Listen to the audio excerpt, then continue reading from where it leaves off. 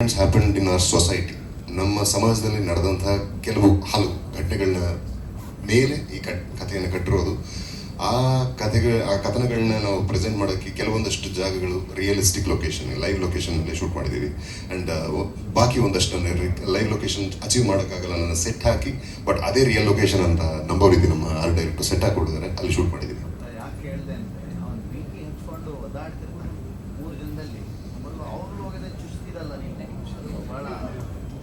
ಏನಿಲ್ಲ ಸರ್, ನಾನು ಆಗಲೇ ಒಂದು ಕಡೆ ಮಾತಾಡ್ತಿದ್ದೆ. ಈಗ ನನಗೇನೋ ತೊಂದರೆ ಆಗುತ್ತೆ, ನನಗೆ ತೊಂದರೆ ಮಾಡಿದವನು ಇಂಥವನು ಅಥವಾ ಇಂಥವಳು ಅಂತ ಗೊತ್ತಿದ್ರೆ ನನ್ನ ವೈರುಧ್ಯ ಅಥವಾ ವಿರೋಧ ಅಥವಾ ಕ್ರೋಧ ಎಲ್ಲವೂ ಒಂದು ಅಳತೆಯಲ್ಲಿರುತ್ತೆ. ನನಗೆ ತೊಂದರೆ ಆಗಿದೆ, ನಾನು ಸಫರ್ ಮಾಡ್ತಿದ್ದೀನಿ, ಬಟ್ ತೊಂದರೆ ಮಾಡಿದವ್ರು ಯಾರು ಅಂತ ಗೊತ್ತಿಲ್ಲ, ಯಾಕೆ ಅಂತ ಗೊತ್ತಿಲ್ಲ. ಬಟ್ ಆ ತೊಂದರೆಯಿಂದ I become a victim. And ನನ್ನ ಯಾವ ಮಟ್ಟಕ್ಕೆ ವಿಕ್ಟಿಮೈಸ್ ಆಗಿದ್ದೀನಿ ಅಂದರೆ ನನ್ನ ಸಫರಿಂಗಿಂದ ನಾನಷ್ಟೇ ಇಲ್ಲ, ನನ್ನ ಸುತ್ತ ಇರೋ ಜನ, ನನ್ನ ಕುಟುಂಬ, ನನ್ನ ಸಮಾಜನೇ ಬಾಧಿಸ್ತಾ ಇದೆ. ಸೊ ಹೀಗಿರ್ಬೇಕಾದ್ರೆ ನಾ ಏನು ಮಾಡಬೇಕು?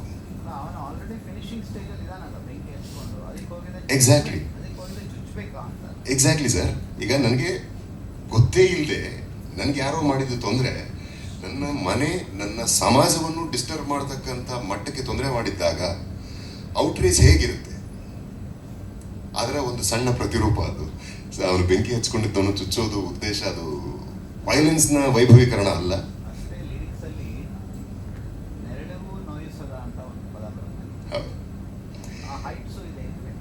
ಎಲ್ಲದರಲ್ಲೂ ಹೈಟ್ಸು ಪಿಕ್ಸ್ ಈ ಪಾತ್ರ ಮುಟ್ಟುತ್ತೆ ಸರ್. ನಾನು ಯಾಕೆ ಇದನ್ನ ಟೇಕ್ ದಿಸ್ ಟು ಗ್ರೇವ್ ಅಂದೆ ಅಂದರೆ, ಆ್ಯಕ್ಷನ್ ಇರಲಿ ನಿಮಗೆ ಒಂದು ಅಂದರೆ ನಾನು ಬಿಟ್ಕೊಡ್ಬೋದೋ ಇಲ್ವೋ ಗೊತ್ತಿಲ್ಲ, ಆದರೂ ನನಗೆ ಇಷ್ಟ ಆ ಪ್ರಶ್ನೆ, ಹಾಗಾಗಿ ಹೇಳ್ಬಿಡ್ತೀನಿ. ಒಂದು ಸಿಂಗಲ್ ಶಾಟ್ ಫೈಟ್ ಇದೆ ಸರ್ ಸಿನಿಮಾದಲ್ಲಿ, ಸಿಂಗಲ್ ಶಾಟ್ಸ್ ಎಮೋಷನಲ್ ಸೀಕ್ವೆನ್ಸ್ಗಳಿದೆ ಸರ್. ಈ ಪರ್ಟಿಕ್ಯುಲರ್ ಪೀಸಸ್ಗಳನ್ನ ನೀವು ಸಪ್ರೇಟಾಗಿ ನೀವು ತೊಗೊಂಡು ಕೂತಿರುವೆ ಅದ್ರ ಮೇಲೆ ಒಂದಷ್ಟು ಬರಿಬೋದು, ವ್ಯಾಖ್ಯಾನಿಸ್ಬೋದು. ಅಷ್ಟು ಒಳಾರ್ಥಗಳನ್ನ ಇಟ್ಕೊಂಡು, ಅಷ್ಟು ಅದಕ್ಕೆ ಗಟ್ಟಿ ಕಾರಣಗಳಿಟ್ಕೊಂಡು ಮಾಡಿರ್ತಕ್ಕಂಥ ಎಫರ್ಟ್ಗಳವು.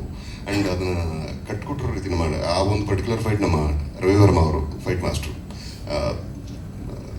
ಐ ಲವ್ ಹಿಮ್ ಬಿಕಾಸ್ ಅದನ್ನು ಆ ರೀತಿ ಅಷ್ಟು ಅಚ್ಚುಕಟ್ಟಾಗಿ ಅಷ್ಟು ಚೆನ್ನಾಗಿ ಕಟ್ಕೊಟ್ಟಿದ್ದಾರೆ.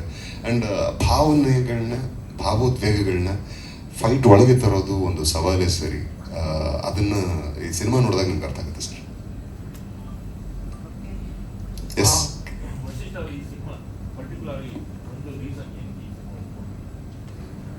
ನಾನಾಗಲೇ ಹೇಳಿದಂಗೆ ಇದು ಬದುಕಿನ ಸಿನಿಮಾ, ಬದುಕಿಗೆ ಹತ್ತಿರವಾದಂಥ ಸಿನಿಮಾ. ಕೋರ್ ಎಲಿಮೆಂಟ್ ನನಗೆ ತುಂಬ ಕಾಡಿದ್ದು ಅಂದರೆ ಅದೇ ಪಾಯಿಂಟ್. I am ವಿಕ್ಟಿಮೈಸ್ಡ್. ನನಗೆ ಯಾಕೆ, ಹೇಗೆ, ಯಾರಿಂದ ಅಂತ ಗೊತ್ತು ಅಂದರೆ ಅದು ಒಂದು ಲೆಕ್ಕ.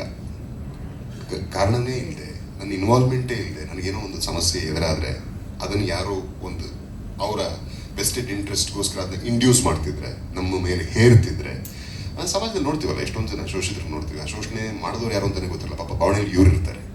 ಶೋಷಣೆಗೊಳಗಾಗೋದು ಒಂದು ಕಡೆ, ಆ ನಂತರದ ಭಾವನೆ ಇದೆಯಲ್ಲ, ಆ ಭಾವನೆ ನಾವು ನೋಡಲ್ಲ, ನಮಗೆ ನೋಡೋಕ್ಕೂ ಸಿಗಲ್ಲ. ಶೋಷಿತರು ಇವ್ರು ಹಿಂಗೆ ಆಯಿತು, ಅವ್ರಿಗೆ ಹಿಂಗೆ ತೊಂದರೆ ಆಯಿತು, ಆಗೋಯ್ತು. ಭಾವನೆ ಅವರು ಬದುಕಿನುದ್ದಕ್ಕೂ ಅನುಭವಿಸ್ತಾ ಇರ್ತಾರೆ. ಆ ಒಂದು ಭಾವನೆಯನ್ನು ಕೇಳೋರು ಇಲ್ಲ, ಕಾಡೋರು ಇಲ್ಲ, ಅಥವಾ ಅದಕ್ಕೆ ಜೊತೆಯಾಗಿ ನಿಲ್ಲೋರು ಇಲ್ಲ. ಅಂಥ ಕೆಲವು ಜೀವಗಳ ಒಂದು ರೆಪ್ರೆಸೆಂಟೇಟಿವ್ ಈ ಒಂದು ಕಥೆಯಾಗುತ್ತೆ, ಈ ಒಂದು ಪಾತ್ರವಾಗುತ್ತೆ.